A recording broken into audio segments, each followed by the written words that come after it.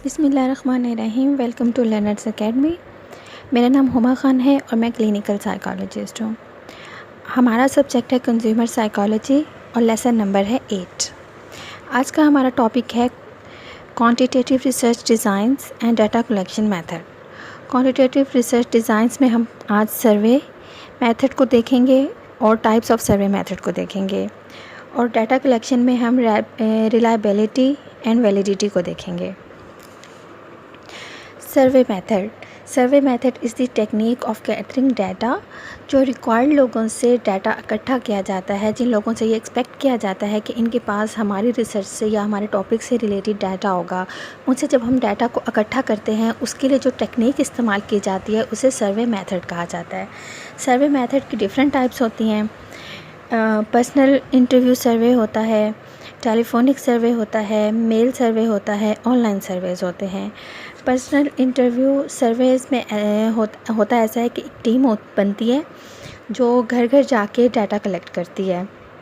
ये घर भी जा सकते हैं या मार्केट्स में भी, जहाँ लोगों की गैदरिंग होती है, जहाँ घरेलू लोग आए होते हैं, उनसे डाटा लिया जा सकता है। मॉल्स में जाके भी डाटा को कलेक्ट किया जाता है। इसका मकसद ये होता है कि जब हम मॉल्स में जाके डाटा कलेक्ट करते हैं, तो जो फ़ीमेल्स हैं जो घर में मोस्टली नहीं रहती, जो वर्किंग वीमेंस हैं, तो वो अवेलेबल हो जाती हैं और उनसे डाटा कलेक्ट करने में आसानी हो जाती है।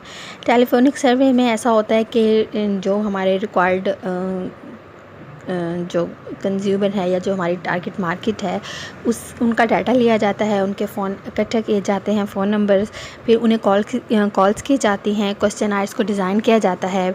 सबसे पहले उन्हें कॉल पे रेपो बिल्ड की जाती है, उन्हें अपनी कंपनी के बारे में और अपनी रिसर्च के बारे में सारी डिटेल्स बताई जाती हैं ताकि वो आप पे ट्रस्ट कर लें और अपना डाटा देने के लिए राज़ी हो जाएं।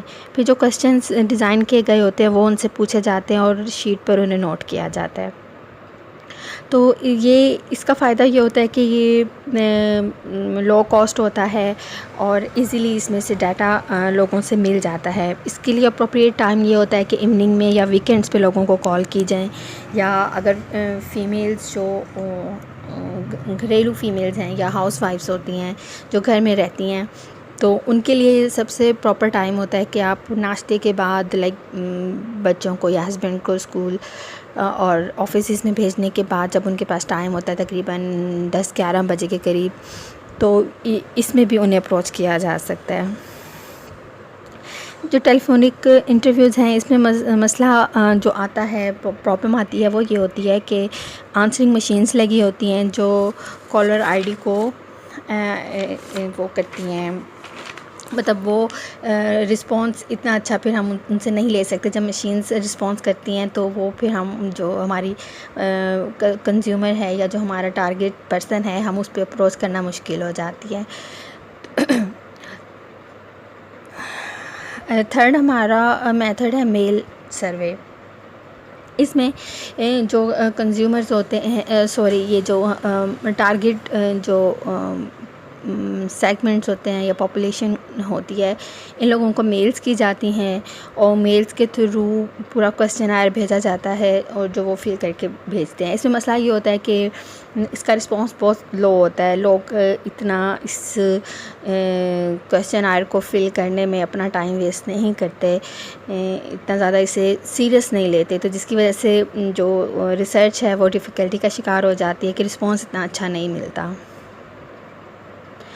तो इस प्रॉब्लम को सोल्यूशन के लिए कंपनीज़ आजकल ये करती हैं कि वो क्वेश्चनायर्स को बाय पोस्टल एड्रेस भेज के साथ में उन्हें वो इन्वेलप्ड भी पैक करके भेजती हैं कि आप काइंडली बस फिल करके दोबारा इसी में इन्वेलप कर लें जिसमें वो टिकट्स वगैरह लगी होती हैं, ताकि उन्हें ये यकीन हो जाए कि उन्हें कोई भी कॉस्ट इसमें नहीं पे करनी पड़ेगी।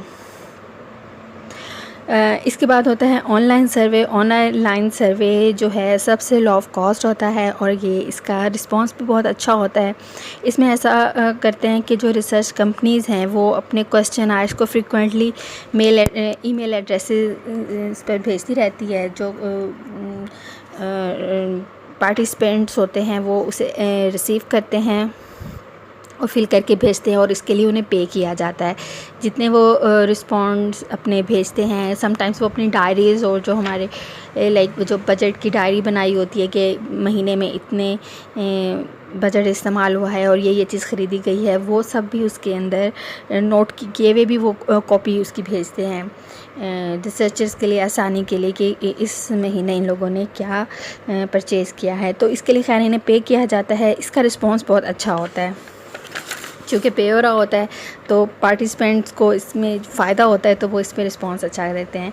अच्छा, अगर एज़ अ होल हम देखें तो जो मेल जो की जाते हैं तो उसमें कॉस्ट लो होती है, लेकिन क्वालिटी ऑफ रिस्पांस लिमिटेड होता है। टेलीफोनिक में जो कॉस्ट है वो मॉडरेट होती है, लेकिन इसका भी रिस्पांस बहुत लिमिटेड होता है। पर्सनल इंटरव्यूज़ में कॉस्ट बहुत हाई होती है, इसमें बहुत ज़्यादा एक्सपेंस इस्तेमाल होता है, बंदे हायर करने पड़ते हैं, कमेटी बनानी पड़ती है और उन्हें उनके एक्सपेंसेस ट्रैवलिंग के होते हैं और एक कंज्यूमर को या पार्टिसिपेंट को अप्रोच करने के लिए जो भी कॉस्ट आती है ये हाईली एक्सपेंसिव होते हैं, लेकिन इसका जो रिस्पांस है वो भी बहुत अच्छा होता है, एक्सीलेंट होता है। इस तरह से अगर हमारे ऑनलाइन सर्वे पे तो इसकी कॉस्ट बहुत लो होती है, लेकिन इसका जो रिज़ल्ट है वो एक्सीलेंट होता है। तो आजकल जो कंपनीज़ हैं वो ऑनलाइन सर्वेस को ज़्यादा प्रेफर करती हैं बाकी सर्वेस की निस्बत।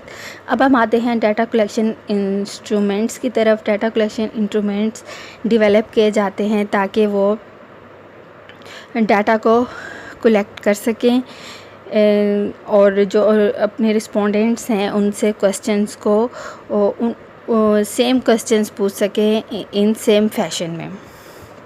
इसमें 2 टाइप्स होती हैं, रिलायबिलिटी होती है, वैलिडिटी होती है।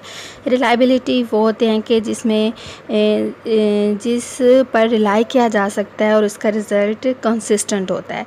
लाइक अगर आज किसी पॉपुलेशन से क्वेश्चंस फिल कराए हैं तो आप महीने बाद भी जब उनसे वही क्वेश्चन आए या उसी तरह के दोबारा से क्वेश्चन को फिल करवाएंगे तो उनके रिज़ल्ट्स जो हैं वो सेम आने चाहिए। सेम आते हैं इसका मतलब है कि रिलायबल है डाटा, या जो हमारा टूल है जो भी हम स्केल यूज़ कर रहे हैं वो रिलायबल है। ये ऐसे भी किया जा सकता है कि अगर एक ग्रुप है उसने एक तरह का रिस्पांस दिया है, उन्हें 2 हाफ्स में डिवाइड कर दिया जाए। वन हाफ को कहा जाए क्वेश्चन आंसर्स को फिल करने के लिए और सेकंड को भी, जब उनके रिज़ल्ट्स आएँ तो वो सेम ही आए, ना कि चेंज आए। इसे रिलायबिलिटी कहते हैं। वैलिडिटी है, वैलिडिटी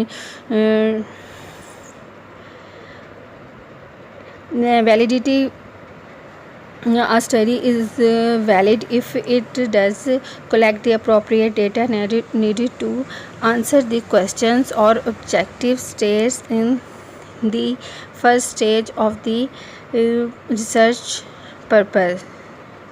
यानी इसमें जो चीज़ को मैयर करना हो, ये जो हमारा टेस्ट है या जो स्केल है वो उसी चीज़ को मैयर करे, ना कि उससे रेलेवेंट या उससे मिलती जुलती किसी और चीज़ को भी मैयर करे। लाइक इसी की एग्जांपल ऐसे होती है कि अगर किसी इंसान का स्टेमिना मैयर करना है तो स्टेमिना के साथ साथ उसकी IQ लेवल को मैयर करने की ज़रूरत नहीं है।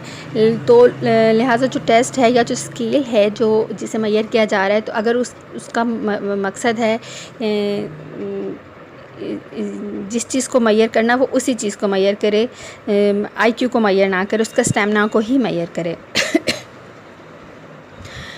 इसमें 2 तरह के क्वांटिटेटिव डाटा कलेक्शन इंस्ट्रूमेंट्स हैं।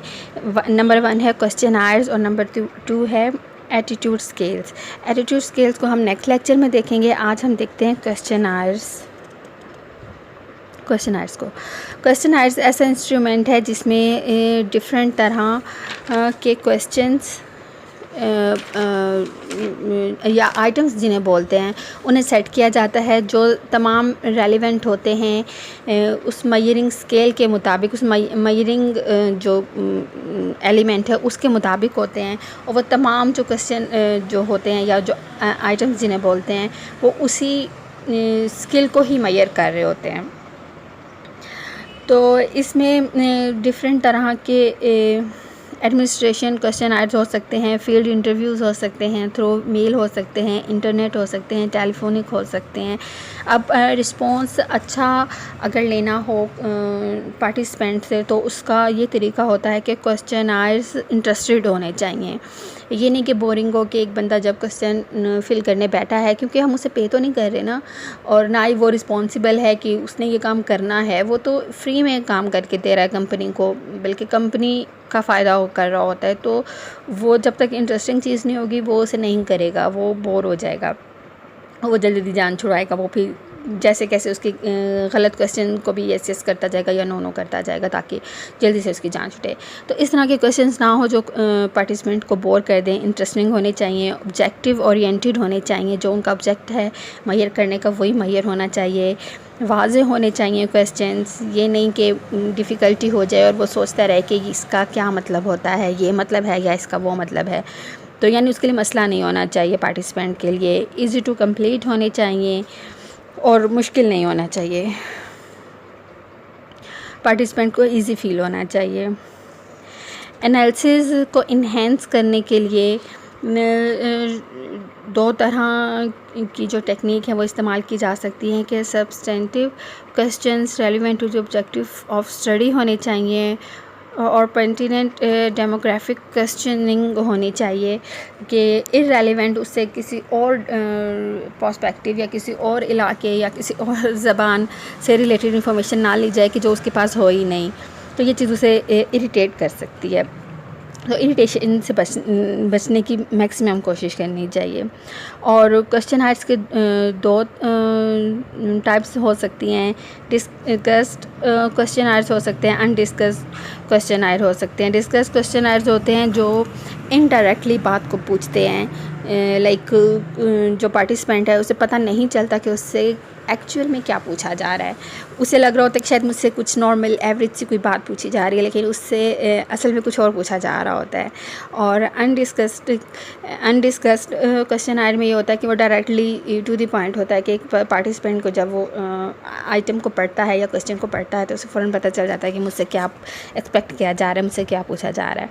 इसी तरह से दो और क्वेश्चन आयर्स होते हैं, open ended, close ended. Open ended में ये होता है कि इसमें पार्टिसिपेंट को लिमिटेड नहीं किया जाता, इसमें उसे लाइंस दे दी जाती हैं या पैराग्राफ में उससे जवाब मांगा जाता है या थोड़ी सी डिस्क्रिप्शन में 1 या 2 लाइंस में क्वेश्चन मांगा जाता है कि जिसमें वो अपने वर्ड्स ऑफ माउथ जो हैं वो बताता है।